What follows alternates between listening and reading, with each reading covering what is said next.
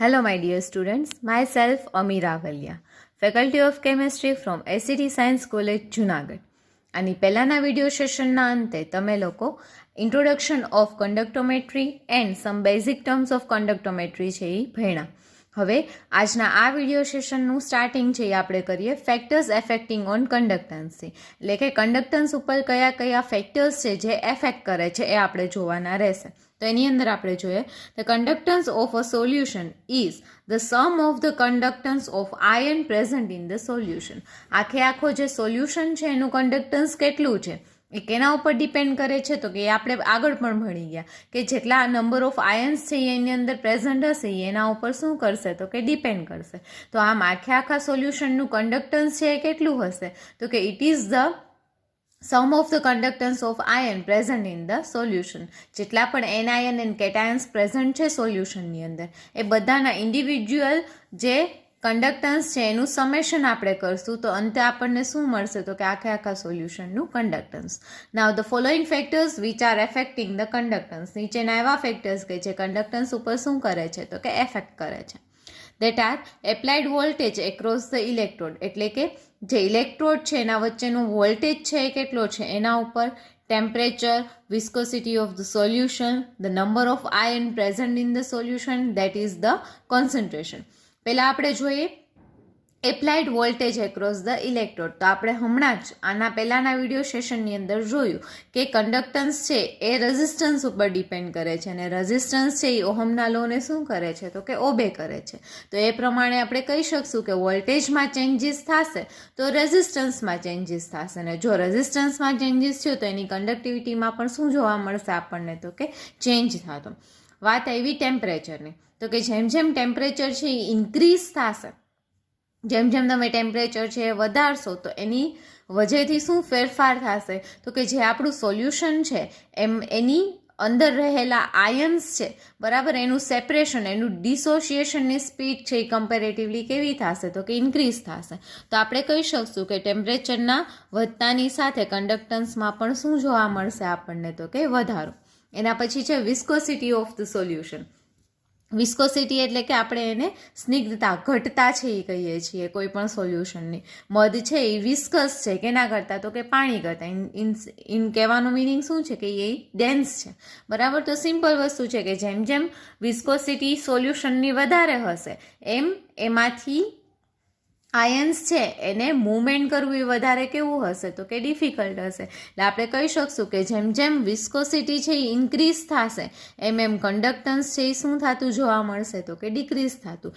એટલા માટે જો સારામાં સારું કંડક્ટન્સ છે એ જોતું હોય તો આપણું સોલ્યુશન છે એ લેસ કેવું હોવું જોઈએ, તો કે વિસ્કસ હોવું જોઈએ.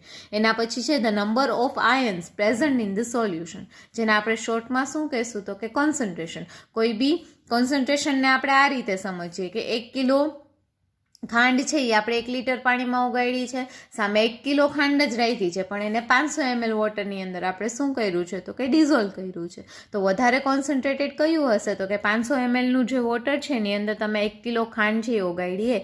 કહેવાનો મતલબ કે એમાં number of સોલ્યુટ, number of ions છે એ કેવા હશે, તો કે વધારે હશે. તો આમ કોન્સન્ટ્રેશન જેમ જેમ કેવું થશે, તો કે વધારે હશે એમ એમ કંડક્ટન્સ પણ કેવું જોવા મળશે, તો કે આપણને વધતું જોવા મળશે. એના પછીનો પોઈન્ટ છે મોબિલિટી ઓફ ધ આયન્સ. અહીંયા આપણા માટે મોબિલિટી વર્ડ છે એ નવો છે. મોબિલિટી એટલે શું થશે, તો કે મોબિલિટીને આપણે મૂવમેન્ટ ઓફ આયન છે એ કહી શકશું.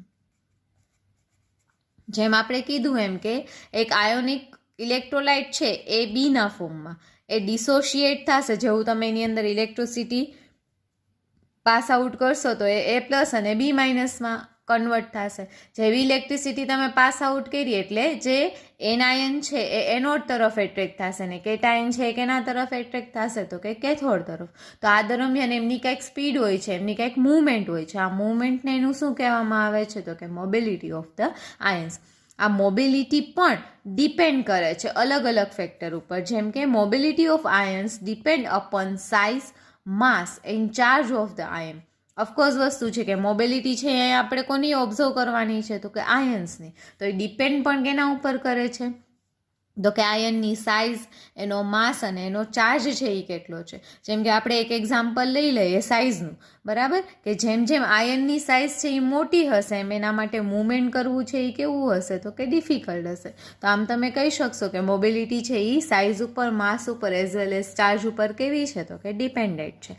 અને last point, the extent of solvations of ion. Solvation એક વર્ડ તમારા માટે નવો છે. સાલ્વેશન એટલે શું થશે, તો કે જે એન આયનને કેટ આયનને બાઇન્ડિંગ કરે છે એ ફોર્સને તમે શું કહેશો, તો કે સાલ્વેશન, બરાબર. તો જેમ જેમ સાલ્વેશન વધારે હશે એમ એમ મોલેક્યુલને તોડવો કેવો હશે, વધારે ડિફિકલ્ટ હશે. તો આમ આપણે કહી શકશું કે સાલ્વેશન છે એ પણ શું કરે છે, તો કે સોલ્યુશનના કન્ડક્ટન્સ ઉપર ઇફેક્ટ છે એ કરે છે. So now let us discuss the another point, that is effect of dilution on the different type of conductance. Conductance ઉપર dilutionની ઇફેક્ટ છે એ શું થાય છે આપણે જોવાની છે. તો અહીંયા પ્રશ્ન એ આવે સૌથી પહેલાં તો કે ડાયલ્યુશન એટલે શું થશે. તો કે ધારો કે એનું હું તમને એક એક્ઝામ્પલ આપું કે 1 લીટર જે વોટર છે એની અંદર તમે 1 કિલોગ્રામ શુગર છે એને ડિઝોલ્વ કરી છે, બરાબર. તો એનું કંઈક કોન્સન્ટ્રેશન હશે, એની કંઈક મીઠાશ હશે. હવે જેમ જેમ તમે એની અંદર વોટર એડ કરતા જશો એમ એમ તમે એનું શું કરશો, તો કે કોન્સન્ટ્રેશન છે એ ઘટાડશો. એટલે કે એની મીઠાશ છે એને તમે શું કરો છો, તો કે ઘટાડો છો. તો આમ આ જે પ્રોસેસ છે એને તમે શું કર્યું કહેવાશે, તો કે ડાયલ્યુશન ઓફ ધ શુગર સિરપનું તમે ડાયલ્યુશન કર્યું કહેવાશે. તો એવી જ રીતે આપણે ઇફેક્ટ ઓફ ડાયલ્યુશન એટલે કે જે ઇલેક્ટ્રોલાઇટ આપણો હોય છે એનું આપણે શું કરવાનું છે, તો કે ડાયલ્યુશન એટલે કે એની અંદર તમે મોર એન્ડ મોર શું એડ કરતા જશો, તો કે વોટર. તો એની ઇફેક્ટ છે એ કન્ડક્ટન્સ ઉપર શું થાય છે એ આપણે ઓબ્ઝર્વ છે એ કરવાની છે. તો સૌથી પહેલાં નોર્મલ કન્ડક્ટન્સ છે એ લઈ લઈએ. તો પહેલાં નોર્મલ કન્ડક્ટન્સની અંદર આપણે શું જોવાનું છે કે જેમ જેમ તમે એનું ડાયલ્યુશન કરો છો કોઈ બી ઇલેક્ટ્રોલાઇટનું એમ એનો ડિગ્રી ઓફ ડિસોશિએશન છે એ શું થાય છે, તો કે ઇન્ક્રીઝ થાય છે. તો સૌથી પહેલાં તો એ પ્રશ્ન આવે કે ડિગ્રી ઓફ ડિસોશિએશન છે એટલે શું થશે. તો એને આપણે શોર્ટમાં સમજીએ કે ડિગ્રી ઓફ ડિસોશિએશન છે એ શું છે. તો હું તમને એક એક્ઝામ્પલ આપું. સપોઝ કે મારી પાસે એક ઇલેક્ટ્રોલાઇટ છે એ કયો છે, તો કે AB છે, ઓકે. આને હું ડિસોશિએટ કરું છું. આ છે એ કેવો ઇલેક્ટ્રોલાઇટ છે, તો કે જ્યારે તમે ડિગ્રી ઓફ ડિસોશિએશન જોતા હોય તો ડિગ્રી ઓફ ડિસોશિએશન છે એ 2 ટાઈપના હોય. એક તો ફર્સ્ટ છે એ કેવા ઇલેક્ટ્રોલાઇટ માટે હશે, તો કે સ્ટ્રોંગ ઇલેક્ટ્રોલાઇટ માટે. એન્ડ સેકન્ડ વન છે એ શેના માટે છે, તો કે વીક ઇલેક્ટ્રોલાઇટ માટે. તો સૌથી પહેલાં આપણે સ્ટ્રોંગ ઇલેક્ટ્રોલાઇટ માટે ડિગ્રી ઓફ ડિસોશિએશન છે એ સમજીએ. તો કે જ્યારે તમે સ્ટ્રોંગ ઇલેક્ટ્રોલાઇટની વાત કરતા હોય ત્યારે સ્ટ્રોંગ ઇલેક્ટ્રોલાઇટ ધારો કે અહીંયા AB છે તો આનું ડિસોશિએશન છે એ કેમાં થશે, એટલે કે એ બ્રેક કેમાં થશે, તો કે A પ્લસ B માઇનસની અંદર એ આયન્સમાં ડિસોશિએટ થશે. હવે જ્યારે આયન્સની અંદર ડિસોશિએટ થયો તો જો એ સ્ટ્રોંગ ઇલેક્ટ્રોલાઇટ હશે તો શું થશે, ધારો કે મેં આના 100 મોલેક્યુલ લીધેલા છે તો આ 100 મોલેક્યુલ છે એ કેમાં કન્વર્ટ થઈ જશે, તો કે A પ્લસ અને B માઇનસની અંદર. તો આને એનું શું કહેવાય, ડિગ્રી ઓફ ડિસોશિએશન. તો આનો ડિગ્રી ઓફ ડિસોશિએશન કે જેને આપણે શું કહીએ છીએ, DOD શોર્ટમાં, ડિગ્રી ઓફ ડિસોશિએશન, જેનો સાઇમ્બોલ છે એ શું છે, તો કે આલ્ફા છે. એ હંમેશા એની વેલ્યુ છે એ સ્ટ્રોંગ ઇલેક્ટ્રોલાઇટ માટે કેટલી હશે, તો કે 1 હશે. ડિગ્રી ઓફ ડિસોશિએશન એટલે કે concentration of product upon concentration of જે રિએક્ટન્ટ છે એને તમે ડિવાઈડ કરશો તો તમને આન્સર છે એ કેટલો મળી જશે એપ્રોક્સિમેટલી, તો કે 1 જેટલો, બરાબર. પણ આ કેના માટેની વાત છે, તો કે સ્ટ્રોંગ ઇલેક્ટ્રોલાઇટની. હવે તમે આનું જેવું ડાયલ્યુશન કરો છો એટલે શું કરો છો, તો કે વધારે ને વધારે વોટર એડ કરો છો. જો વધારે ને વધારે વોટર એડ કરશો તો પણ આના નંબર ઓફ આયન્સમાં છે એ ફેરફાર નહીં થાય, કારણ કે મેક્સિમમ આના મોલેક્યુલ કેટલા હતા, 100. તો એ મેક્સિમમ કેટલામાં ડિવાઈડ થશે, તો કે 100ની અંદર. એનાથી વધારે છે એ ડિવાઈડ થઈ શકશે નહીં, બરાબર. તો હવે એવી જ રીતે આપણે વીક ઇલેક્ટ્રોલાઇટ ગણીએ. ધારો કે એ આપણે AB લીધો તો વીક ઇલેક્ટ્રોલાઇટ છે એ કોને કહેવાશે? તો કે વીક ઇલેક્ટ્રોલાઇટ છે એ પોતે છે એ કેવો છે? તો કે વીક છે. આનો વર્ડ જ દર્શાવે છે કે જો તમે આના 100 મોલેક્યુલ્સ છે એ લેશો તો એ 100 ને ડિસોશિએટ છે એ કરશે નહીં. ધારો કે એ કેટલાને કરે છે ડિસોશિએટ? તો કે 10 ને કરે છે. બરાબર, એટલે આનો આલ્ફા છે એ વેરી લેસ ધેન છે એ તમને કેટલો મળશે? તો કે 1 મળશે.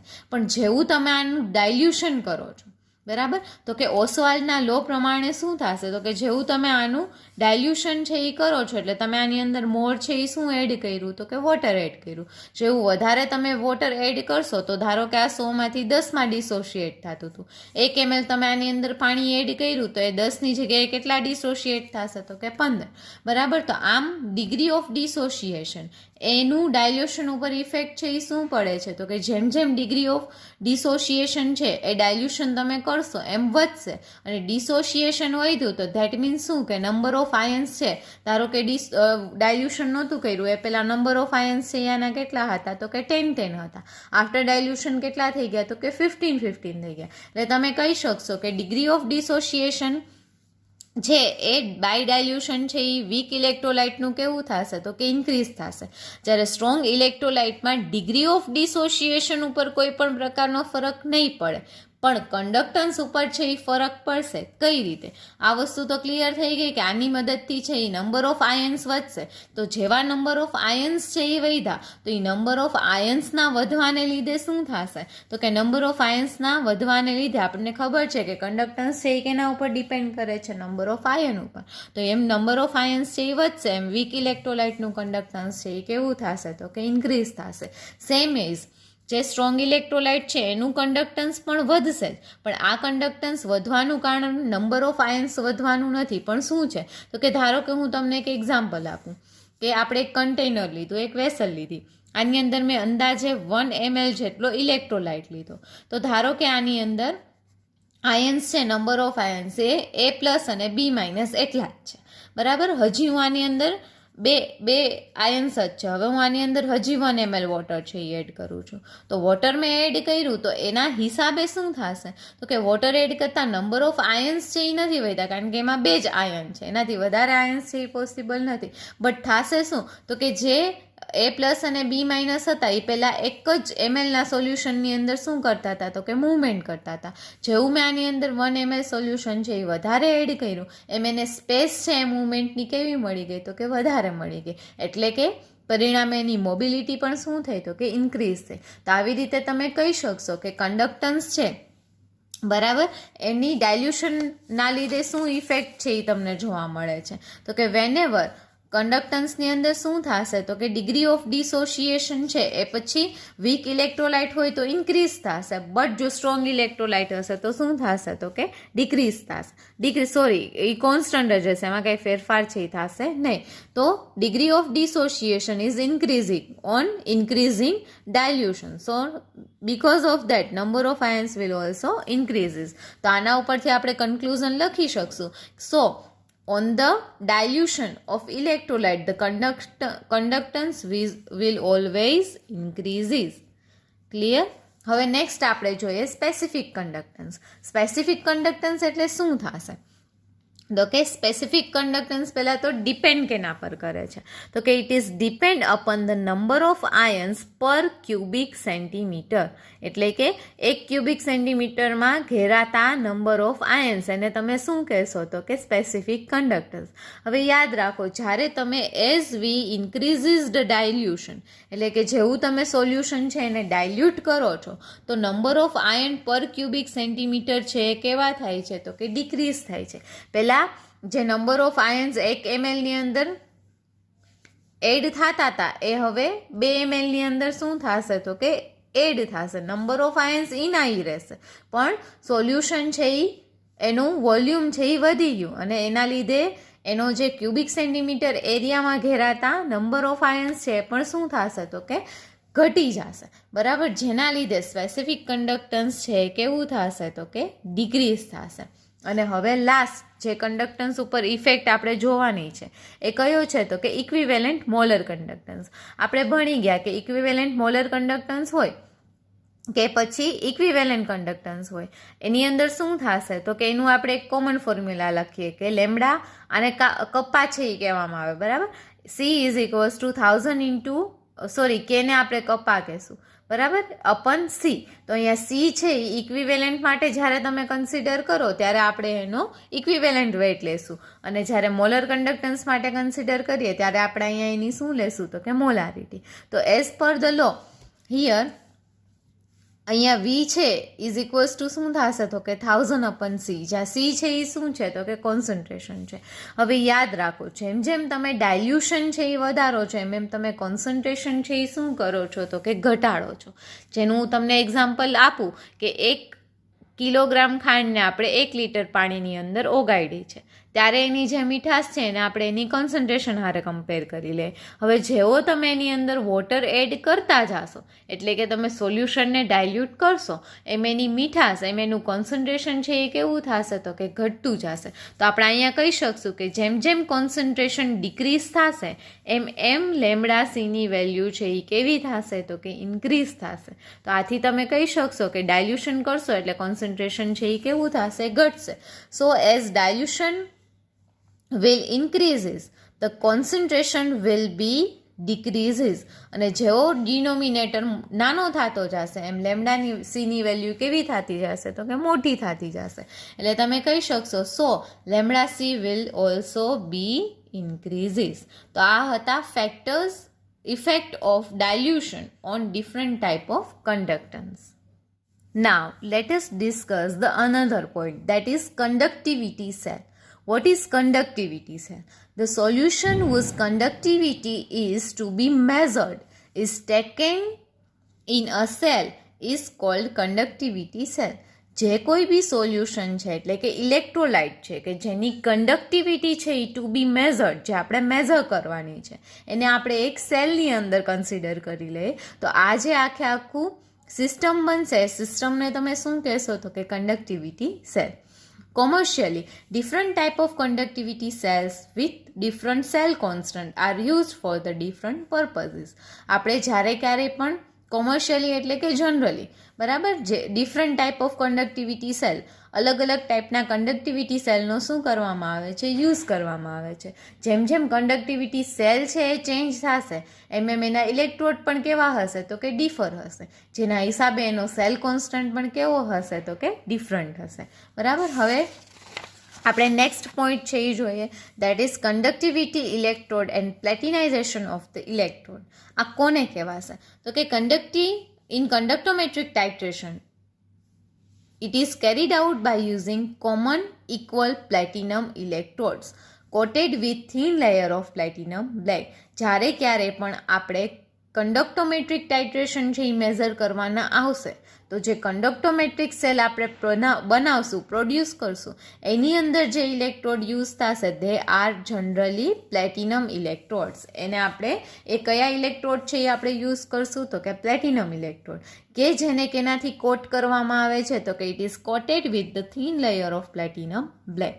અને એને પ્લેટિનમ બ્લેક શું કામ કહેવાય છે આપણે આગળના પોઈન્ટ્સમાં છે એ ડિસ્કસ કરશું. The electrode are generally made up from two parallel sheets of platinum foil which do not bend readily.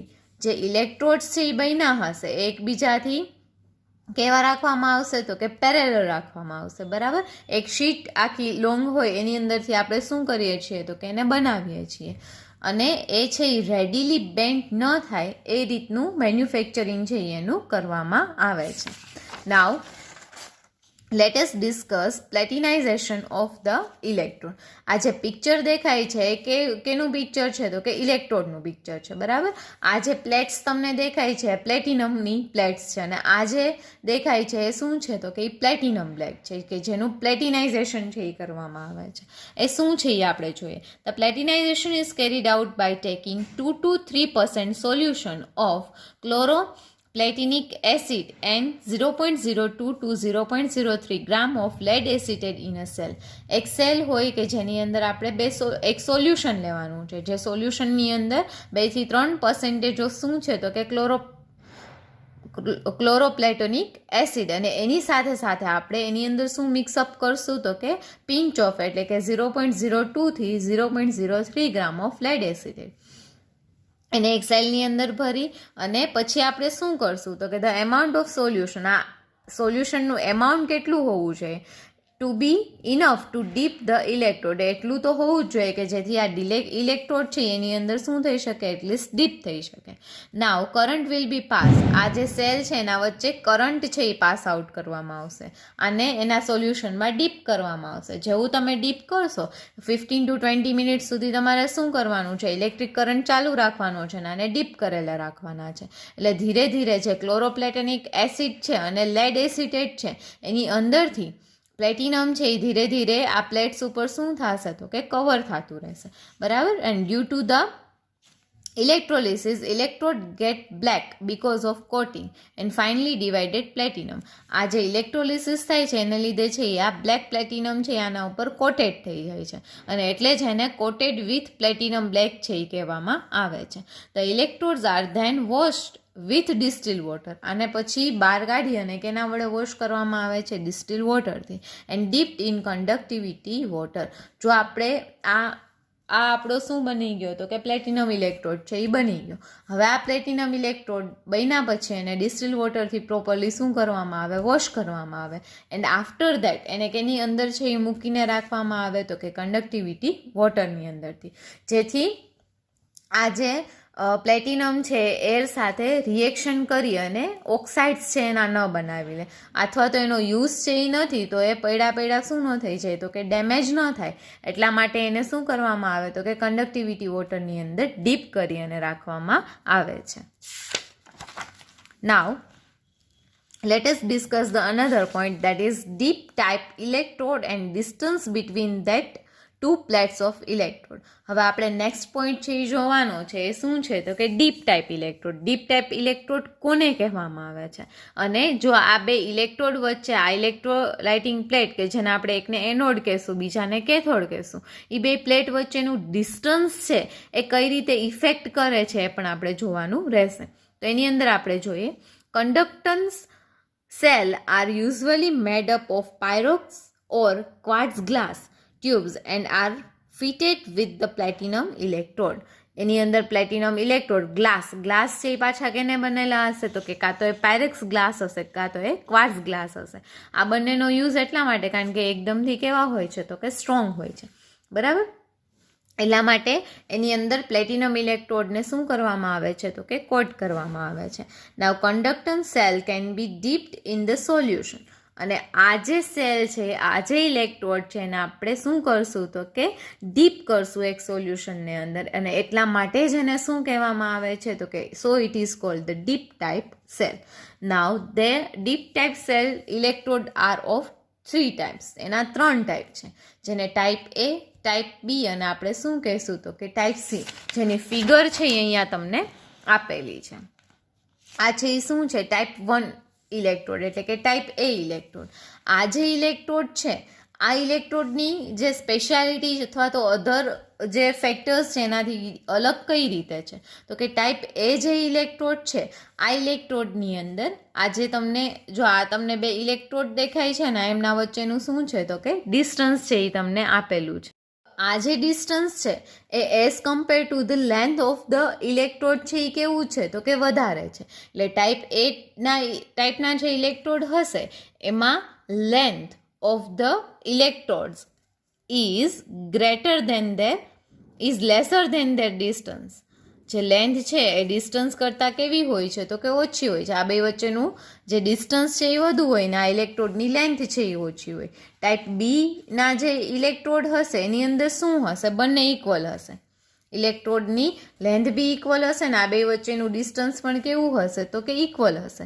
Were in type C, આ સી ટાઈપના ઇલેક્ટ્રોડ છે કે જેની અંદર શું હશે એ ટાઈપ કરતાં ઉલટું હશે કે લેન્થ ઓફ ઇલેક્ટ્રોડ છે એ વધારે હશે કેના કરતાં તો કે આ બંને વચ્ચેના ડિસ્ટન્સ કરતાં. તો આવી રીતે તમે 3 ટાઈપ ઓફ ડીપ ઇલેક્ટ્રોડ છે એ જોશો. The distance between the platinum electrodes which are coated with platinum black is definite.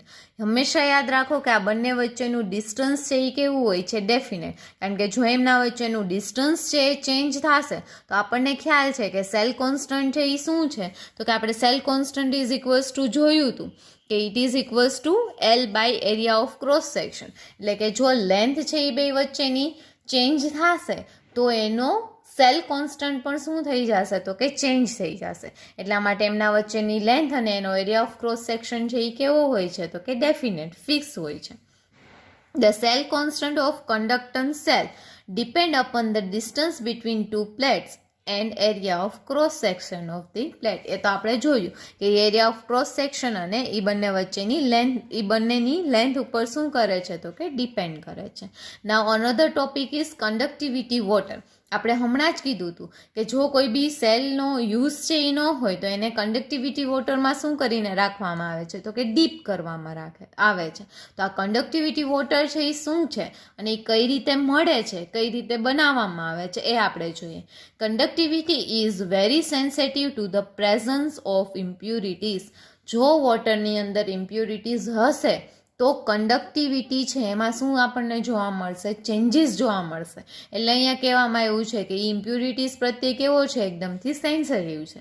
So water is used in cell must be highly pure. તો જો આપણે કોઈ બી વોટર છે યુઝ કરવાનું હોય, કારણ કે આપણે સોલ્યુશન ને બધું છે એ કેમાં બનાવશું, તો કે વોટરની અંદર જ બનાવશું, તો એ છે એ કેવું હોવું જોઈએ, તો કે પ્યોર હોવું જોઈએ.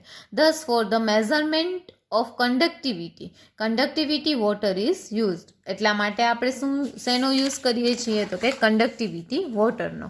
તો હવે પહેલાં તો જોઈએ કે કઈ રીતે આપણે બનાવી શકીએ. તો કે the conductivity water can be prepared by repeated, એટલે કે મોર દેન 25 ટાઈમ્સ છે એને રિપીટ કરવામાં આવે છે. શેને, તો કે fractional distillation of distil water.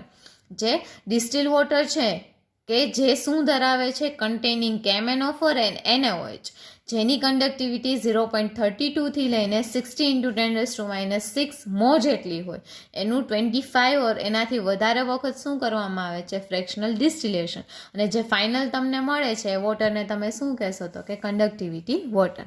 Now hour next point is determination of cell constant. તો આપણે હમણાં જ વાત કરી કે K × R is equals to theta. તો theta upon R is equals to શું થાય છે, તો કે K, જેને આપણે શું કહીશું, સેલ કોન્સ્ટન્ટ. તો આપણે કહી શકીએ કે cell constant is equals to specific conductivity upon observe conductivity. તો જ્યારે ક્યારેય પણ તમારે સેલ કોન્સ્ટન્ટ છે એ ડિફાઇન કરવો હશે તો તમે આવી રીતે છે એ ડિફાઇન કરી શકશો. નાવ સ્પેસિફિક કન્ડક્ટિવિટી ઓફ N/50 અથવા તો 0.01 નોર્મલ KCl સોલ્યુશન ઇઝ 0.00276. બરાબર. એટલે જો મારે સેલ કોન્સ્ટન્ટ જોતો હોય તો આ બંનેનો મારે શું લેવો પડે, તો કે રેશિયો છે એ લેવો પડે. જનરલી છે એ કન્ડક્ટોમીટર છે એને KClના સોલ્યુશન વડે શું કરવામાં આવે છે, તો કે સ્ટાન્ડર્ડાઇઝ છે એ કરવામાં આવે છે. એટલે એનો સેલ કોન્સ્ટન્ટ છે એ આપણા માટે કેવો છે, તો કે ઇમ્પોર્ટન્ટ છે. Now let us discuss the another point, that is application of conductance. Okay, હવે કન્ડક્ટોમેટ્રિક મેઝરમેન્ટ છે એ આપણે કરીએ છીએ, પણ એ આપણે કયા કયા સોલ્યુશન, કયા કયા ટાઇટ્રેશન્સની અંદર કરી શકશું એ આપણે જોઈએ. એમાં સૌથી પહેલો છે strong and weak base titration. Strong and weak acid base titration. બંને ટાઈપના એસિડ બેઝ ટાઇટ્રેશન માટે તમે યુઝ કરી શકો છો. Mixture of mono and dibasic acid base titration. Dibasic acids that should be strong or weak versus base titration. In short, દરેક ટાઈપના acid base titration કે જેને તમે ન્યુટ્રલાઇઝેશન ટાઇટ્રેશન કહો છો એનું જે કોન્સન્ટ્રેશન છે તમે કન્ડક્ટોમેટ્રીની મદદથી મેઝર કરી શકો છો. પોલીપ્રોટોઇક એસિડ, આ બધું આપણે વોલ્યુમેટ્રિક એનાલિસિસની અંદર છે એ ભણશું. બેઝિસિટી ઓફ ઓર્ગેનિક એસિડ એના મેઝરમેન્ટમાં યુઝ થાય છે. Solubility and solubility products of sparingly soluble salt. Degree of dissociation and dissociation constant of weak electrolyte as well as degree of hydrolysis and hydrolysis constant of salt. Argentometric titration, precipitation titration, redox titration. complexometric titration, replacement titration, ionic, product of water, saponification, kinetics of ester, drug estimation, relative strength of acids, equivalent conductance at infinite dilution. આ તમામનું measurement છે એ આપણે કંડક્ટોમેટ્રિક ટાઇટ્રેશનની મદદથી કરી શકશું. Now effect, let us see effect of temperature on conductance. આની પહેલાં પણ આપણે જોયો હતો શોર્ટમાં, એ પણ હવે થોડો ડિટેલમાં આપણે જોઈ લઈએ કે ટેમ્પરેચરની ઇફેક્ટ છે એ કન્ડક્ટન્સ ઉપર શું થાય છે. કોઈ પણ સોલ્યુશન છે એનું ટાઇટ્રેશન ધારો કે તમે કરો છો અથવા તો એનું કન્ડક્ટન્સ છે એ તમે મેઝરમેન્ટ કરો છો, એ દરમિયાન જો ટેમ્પરેચર છે એમાં વેરિએશન આવે તો એના લીધે કન્ડક્ટન્સ છે એમાં શું ફેરફાર થઈ શકે એ આપણે જોઈએ. As temperature increases, the conductance will also increases. જે આપણે આગળ જોયું કે ટેમ્પરેચર વધે એમ કોન્સન્ટ્રેશન છે એ કેવું થશે તો કે ચેન્જ થશે ને એના હિસાબે કન્ડક્ટન્સ પણ શું થશે તો કે ઇન્ક્રીઝ થશે. તો હવે આપણે અહીંયા જોઈએ, it is because of when temperature increases the degree of dissociation will also increases. Simple કે જેમ આપણે આગળ જોયું વીક ઇલેક્ટ્રોલાઇટ માટે અહીંયા ખાસ તો કીધેલું છે, જો સ્ટ્રોંગ ઇલેક્ટ્રોલાઇટ હશે તો ડિગ્રી ઓફ ડિસોસિએશન ઉપર ચેન્જ નહીં થાય, બટ કન્ડક્ટન્સ છે એ એનું ઇન્ક્રીઝ થતું આપણને જોવા મળશે. It is because when temperature increases the degree of dissociation also increases and which may cause increase in mobility of ion. આપણે જોયું કે મોબિલિટી ઓફ આયન છે એના લીધે શું થાય છે તો કે ઇન્ક્રીઝ થાય છે.